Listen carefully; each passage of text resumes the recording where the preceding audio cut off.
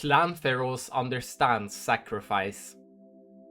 Most of the family's wealth came through harvesting a rare crystal from the bracken, a creature native to Shurima. These hex crystals, or first crystals, contained power normally only wielded by those born with innate magical ability. After Camille's great-grand-aunt lost an arm during an early expedition, her sacrifice inspired the Ferros family motto, "For family will I give."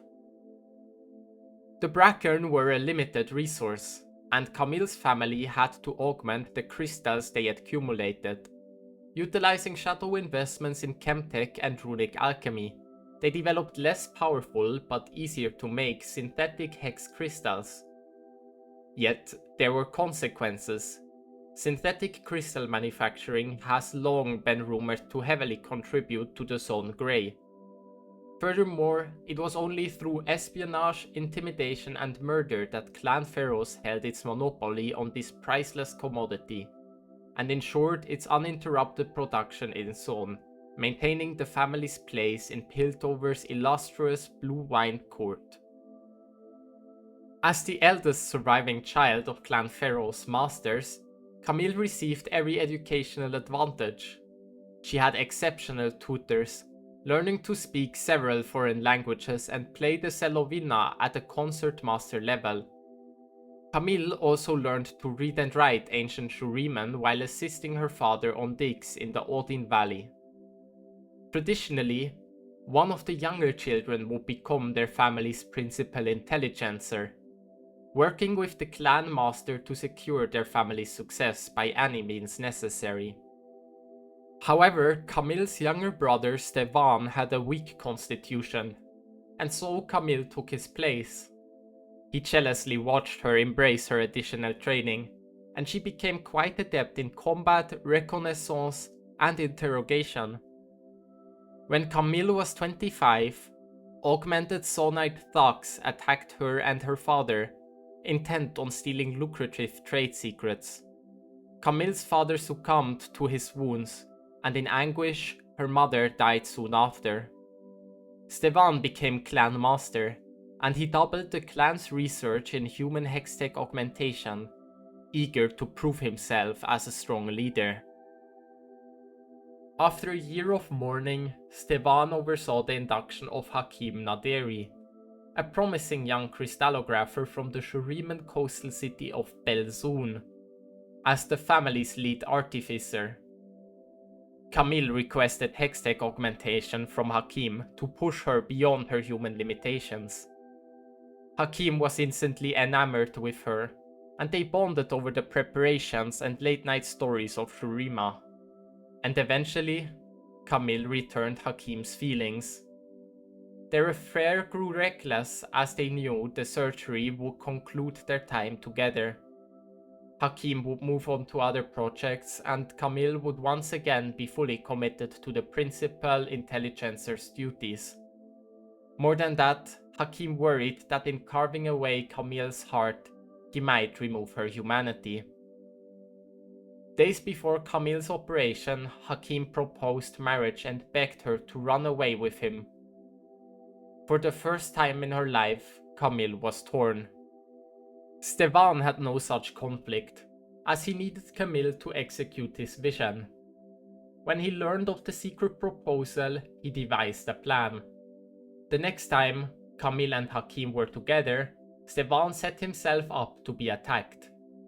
When she saw her brother bruised and bloodied, Camille recognized what could happen when her attention was divided. Hakim pleaded with Camille, but she wouldn't listen. For family, she would give. She ended her relationship with Hakim, insisting her surgery go forward. He was the only one who could safely perform the operation, and so he excised Camille's heart and replaced it with hextech, then resigned. When she awoke, the lab she and Hakim had shared was abandoned. Camille focused on her work. She took on further refinements, including bladed legs, grapple spindle tips, and other minor hex augmentations. leading some to wonder how much of the woman was left. And as Clan Ferros amassed more power and wealth, Camille's mission became darker and more deadly. Thanks to her hextech heart, she did not age, but the years were not so kind to her brother. Yet even as Stevan's body grew more frail, his iron grip on the clan remained. Eventually, Camille uncovered the depths of Stevan's betrayal and realized his machinations were no longer in the family's best interests. In that moment, she discarded the last sentiment she felt toward her brother. After installing her favorite grandniece as clan master, Camille now runs the family's public affairs as well as its more shady operations.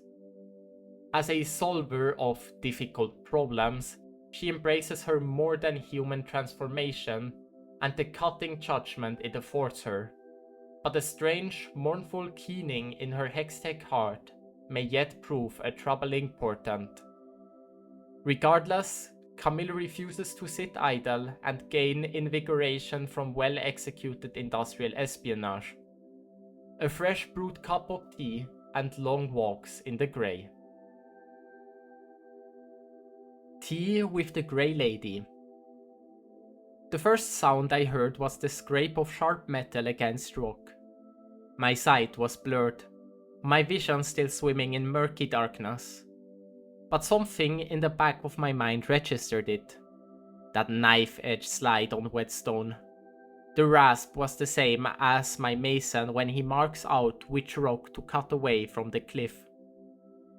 It set my teeth on edge. The fog in my brain receded, but it left me with only one panicked thought as I strained at the ropes behind my hands. I was a dead man. In front of me there was a grunt and a heavy wooden creak.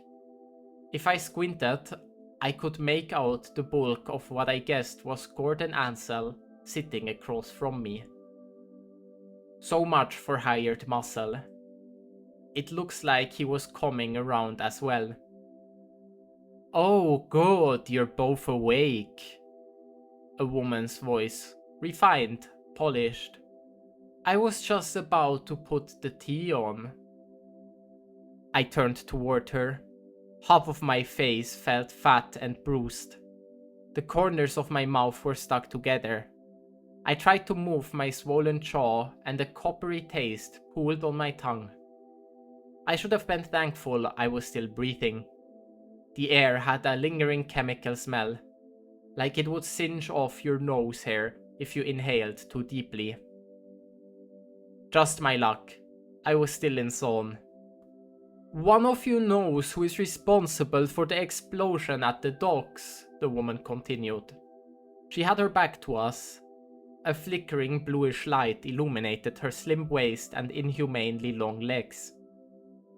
There was a faint slosh of water as she set a glass kettle above the near-invisible flame of a chem burner. "Go pound a sump, lady," Ansel groaned. Leave it to Ansel to make a bad situation worse. Baron Grimes' men always have such a way with words. The woman turned to face us. It wasn't a lamp that lit her figure, but something within her that gave off an unsettling light. "You will tell me what I want to know, as if your life depends on it." "I ain't saying nothing," Ansel snarled. Metal scraped the floor as she shifted her weight. She was deciding which of us to carve from the quarry first. The sound made no sense until she began walking toward Ansel, and then I understood. Her velvet shadow separated from the silhouette of the table.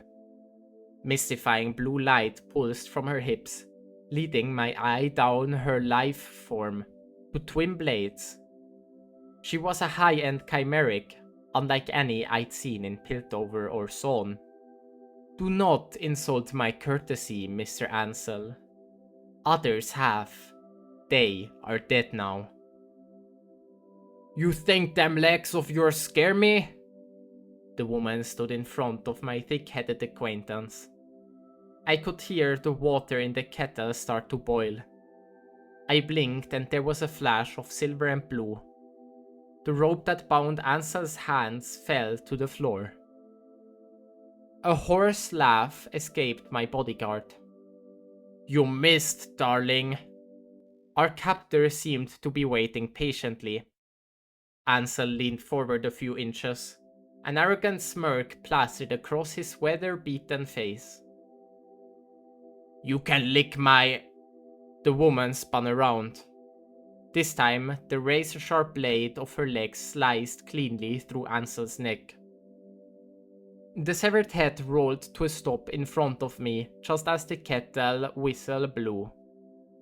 Ansel always had a big mouth. Now it lolled open, silenced at last. I kept telling myself Ansel was dead, but his eyes still stared at me in horrified surprise. The fear in my brain climbed down my spine, stopping to throttle my gut, until I was convinced whatever was left inside was going to end up on the floor. "Now, Mr. Turek, we are going to have a cup of tea, and you will tell me what I wish to know," she said, her words unhurried. The woman sat down at her table and smiled. A whisper of steam escaped as she poured the boiling water into her porcelain teapot. She looked at me with an imperious pity, like I was a schoolboy too slow at his figures. It was that smile that I couldn't look away from. Deadly, knowing. It scared the piss out of me. "Tea?" I nearly choked on the word. "Oh my boy," she said. "There is always time for tea." Thank you for listening. This was a comic production. If you'd like more content like this, consider liking and subscribing. Thank you.